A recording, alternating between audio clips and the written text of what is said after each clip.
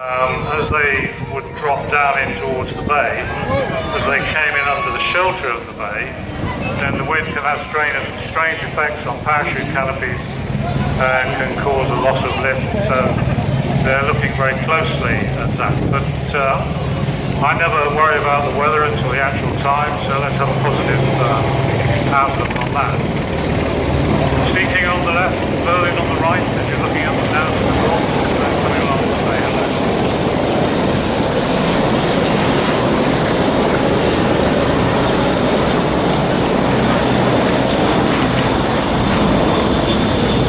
Sea King today has got two pilots on it, Tim Cross and Nick Toots, both experienced pilots in that group. Two crewmen who I suspect will be waving at you. Yesterday you can see them waving out through the door. Paul Collicott and Richard Stevens. I have to say, having an Air Force background myself, all the aviation side of the services thoroughly enjoy doing this sort of thing. They delight in showing off their capabilities. I'll always remember a memorial ceremony back in Devon a few years ago that we had, where a Sea King, a search and rescue Sea King, supported us on the day and came over at the right time with an RAF ensign lowered from his door and an RAF crewman in his best uniform saluting us as he went past. They really do love that sort of thing. The Merlin today is Lieutenant Commander Mike Brown, who's the ops officer of the squadron, along with another pilot, Tom Mason, and they've got one crewman on board, Tom Best. As I mentioned to you, the three aircraft that unfortunately you won't see this afternoon, and despite the excellent weather here, the weather in the UK hasn't actually been doing us any favours. The Ballard Bridge Memorial Flight Dakota, who's scheduled to come in later, I'll come back to you on this. I'm just going to hand you back to Kay now for the start of the cavalcade. The Military Cavalcade 2015, the Condor Liberation Cavalcade. Here's Gerald. Alright, we have the dispatch riders up front here. We have a Triumph motorbike and a VSA M20 motorbike, followed of course by Monty Rolls-Royce. Earlier on, here we have a Honda Boxcar, which is supposed to be the forerunner of the Range Rover, Mark Bedford MW. All of these vehicles are World War II vintage. Here we have a Harley Davidson, come to us all the way from Eindhoven in the Netherlands. Here we have a Hummer pickup, the famous Jeep, of course. This Jeep was found in a barn in France not so many years ago, completely restored. Here we have another World War II Jeep in Royal Navy colours.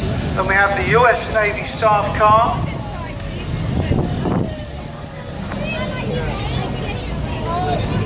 The Humber Snipe staff car, British Humber Snipe staff car, very rare vehicle these days.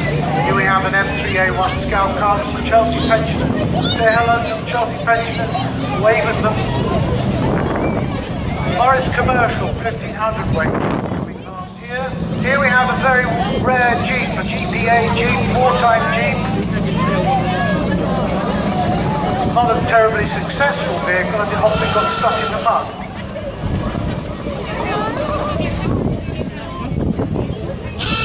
Here we have the past president of the Victor Military Preservation Society, Mr. Tony Lawrence, has come from the UK to join us.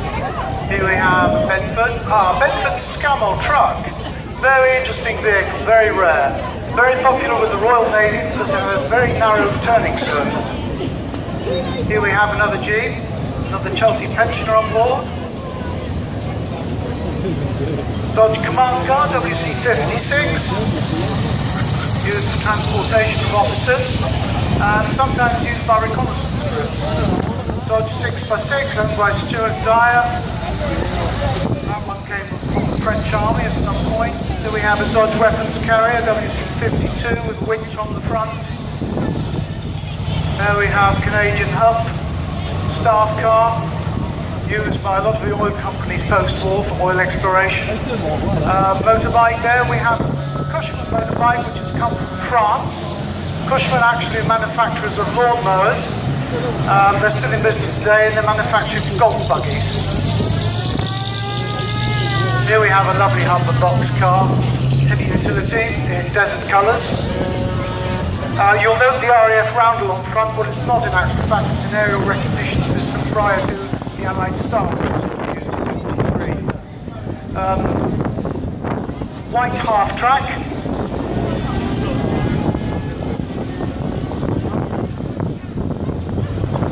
Fordson 3-tonner truck. We have Morris Commercial's C8 artillery tractor, usually used for towing 25-pounder artillery. Standard utility, very popular vehicle. 2 naval jeeps. This is an Austin utility. Her Majesty the Queen actually drove one of these during the war, as she was a mechanic at that time. A jeep with 2 more, 1 Norton motorbike and 1 VSA. Humber utility from Jersey to come to visit us. Hillman staff car by Mr. Rex Ward. He was here on the 35th anniversary and has been coming back ever since. 2 more jeeps, another jeep. Have a look at these jeeps, because jeeps are not just jeeps. There are 4 jeeps and there are Willys jeeps. You tell me if you can see the difference. Bedford 30 hundredweight, very popular with the British Army for transportation. GMC, now here's a GMC. This was the workhorse of the US Army and also the British Army during the war. They manufactured over 850,000 of that model, and it had various bodyworks on it. Canadian F-15 armoured car. Airborne Jeep. Now we have another Jeep with a trailer, original British Bantam trailer on the back of it. This is another Airborne Jeep here, owned by Mr. Ian Brayo from Guernsey. It's a Humber box from Jersey. Peter LeConte and his family often come to Guernsey. Here we have 2 Dodge weapons carriers. This WC-52 here now, should be proud, went to Normandy last year.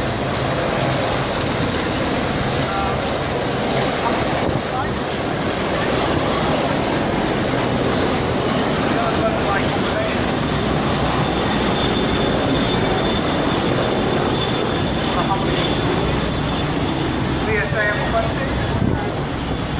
A couple more jeeps. And here we have a well bike. That's a small bike that looks like a child's motorbike. Actually developed for Special Operations Executive. Was never actually supplied to them for use behind enemy lines.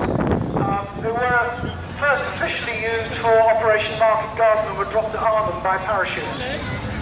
GMC with a 7-set on the back, used for mechanical engineering, with a winch on the front, very useful vehicle. Dodge ambulance used by the American Army and the British Army as well. The British Army had an extra 8 horsepower added to their engine. And the Dodge 6x6 with winch, very low silhouette, very popular with the Americans. They had a tendency to belly out, so they had the fuel tanks protected with armored plating underneath. Morris Commercial, 1500 weight. Here we have a Bentley QL. Very nice vehicle.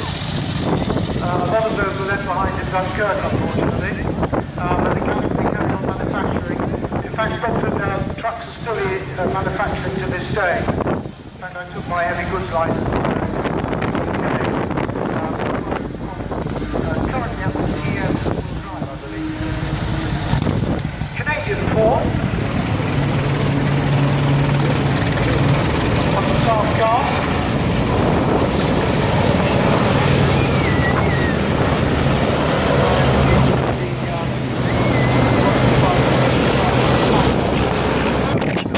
Running around. The dispatch rider was a very important part of the armed forces during the war, as radio communications were not. Every officer above the rank of major in the British Army was required to be able to handle a motorbike with competence. Bedford 1500 weight here, going past the ship at Dodge ambulance. Russian army at that time was an ally with the United Kingdom and the Americans. See, the dispatch riders on the motorbikes are in authentic uniform of the period. That's what they wore during the war. I want one. Cars, and then a nice dark effect, all nicely set out in British racing green. Would you believe it, followed by another Austin, covered in flags from top to bottom. The next car that's coming along is driven by Mrs. Heather Fattorini. It's a little car, an Austin 10 Lit. They're all vintage airplanes, so they have to be looked after extremely careful. So they have some quite strict limits are coming, and they will continue to do the fly past that they had planned, even at that time of day. They're staying overnight on Guernsey anyway, and are going on tomorrow to do a fly past for SAR for their Liberation Day ceremonies. So apologies for that. So the Berlin Sea King you saw, they did their last pass a moment ago and have gone back to the airport. So the next activity will be the Flying Tigers parachute drop in Havilland. Now I'll try and get an update on that as soon as I can.